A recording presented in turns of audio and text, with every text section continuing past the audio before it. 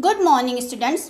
आज मैं आपको चिड़िया और चुरुंगन इस कविता का भावार्थ समझाने जा रही हूँ। प्रस्तुत कविता चिड़िया और उसके छोटे बच्चे जिसका नाम चुरुंगन है उस पर आधारित है। इस कविता में चिड़िया का बच्चा चुरुंगन अपनी माँ से बार बार ये प्रश्न पूछता है कि माँ, क्या मैं उड़ने योग्य हो गया हूँ? क्या मुझे उड़ना आ गया है? उसके इस प्रश्न पर माँ का क्या उत्तर होता है, ये हम कविता के माध्यम से समझेंगे। कविता का पहला पद्यांश है। छोड़ घोंसला बाहर आया, देखे डालें देखे पात, और सुने जो पत्ते हिलमिल, करते हैं आपस में बात। माँ, क्या मुझको उड़ना आया?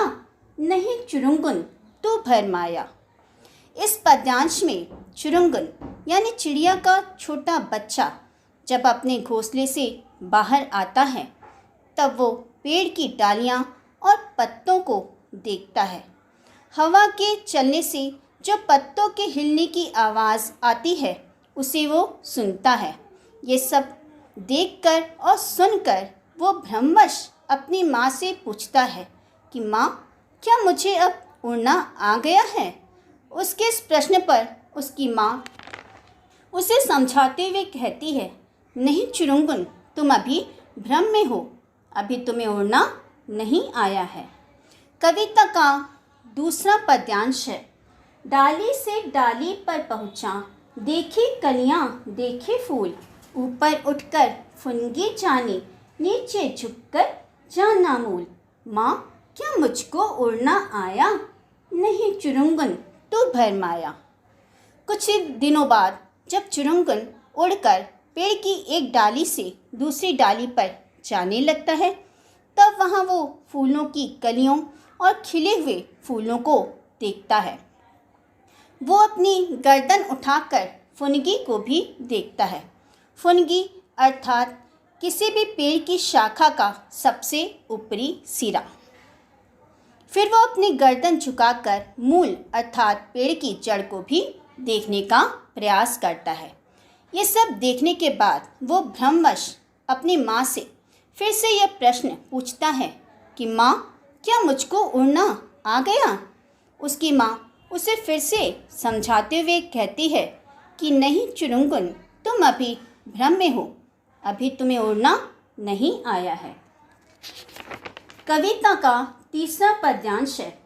कच्चे पक्के फल पहचाने, खाए और गिराए काट, खाने गाने के सब साथी, देख रहे हैं मेरी बाट। माँ, क्या मुझको उड़ना आया? नहीं चुरुंगन तो भरमाया।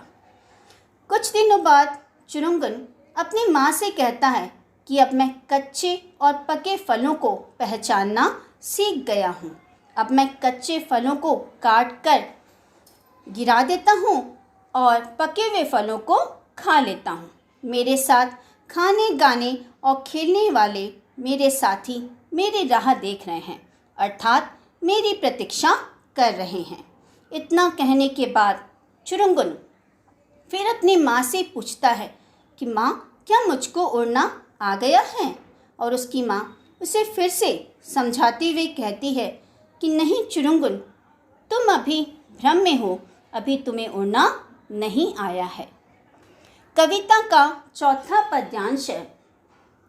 उस पेड़ से इस तरु पर आता, जाता हूँ धरती की ओर, दाना कोई कहीं पड़ा तो चुन लाता हूँ ठीक ठठोर। माँ, क्या मुझको उड़ना आया? नहीं चुरुंगन तू भरमाया। थोड़े दिनों बाद चुरुंगन जब एक पेड़ से दूसरे पेड़ पर उड़कर जाता है और वापस आता है तब वो फिर से अपनी माँ से कहता है कि माँ, अब तो मैं एक पेड़ से दूसरे पेड़ पर उड़कर जाने लगा हूँ।